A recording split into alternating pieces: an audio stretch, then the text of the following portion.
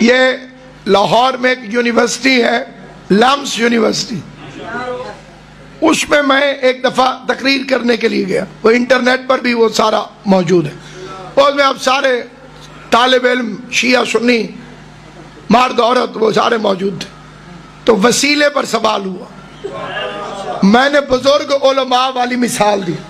جو بزرگ علماء مثال دیتے تھے کہ بچہ ہے چھوٹا اور سامنے کنوں کا درخت ہے بڑا، ٹھیک ہے جی، وہ آپ کے علاقے کی وجہ سے میں نے کنوں کی مثال نہیں دی، میں نے وہاں دی بھی کنوں کی مثال، ٹھیک ہے۔ اب میں نے کہا بچہ اوپر چڑھ نہیں سکتا، مالٹے تک اس کا ہاتھ پہنچتا نہیں، اس نے کسی بزرگ سے کہہ دیا کہ مجھے کنوں توڑ دیں، اس نے ادھر سے توڑا ادھر دے دیا، اسے کہتے ہیں وسیلہ، اس کو کہتے ہیں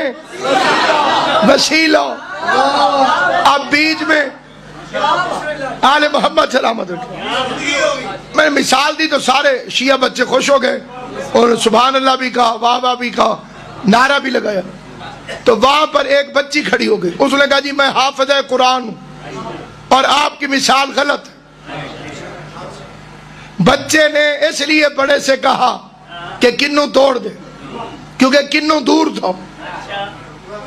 اور بچے کا ہاتھ نہیں پہنچتا تھا۔ اللہ ہم سے دور تھوڑی ہے،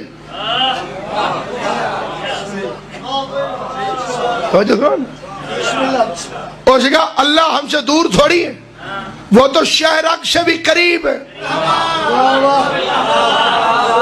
جب اللہ اتنا قریب ہے تو میں بیچ میں کسی کو وسیلہ کیوں بناؤں؟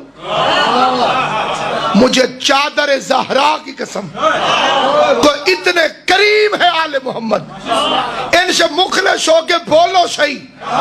زبان تمہاری ہلتی ہے، الفاظ ان کے آتے ہیں۔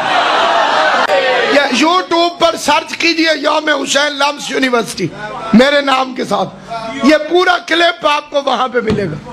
اس کا سوال ختم ہوا، اگر میں سوچتا بھی تو مجھے جواب نہ آتا، لیکن یہ کوئی ہستی اور کوئی طاقت ہے جو ہم گناہگاروں سے نوکری لیتی ہے اور سچے مذہب کا دفاع ہو جاتا ہے۔ میں نے کہا بی بی اگر اللہ تیری شہرک سے بھی زیادہ قریب ہے اور تو وسیلے کی قائل نہیں تو اللہ سے کہے جب تیرے مرنے کا وقت آئے یہیں سے تیری گردن دبا دے، ملک الموت کو نہ بھیج۔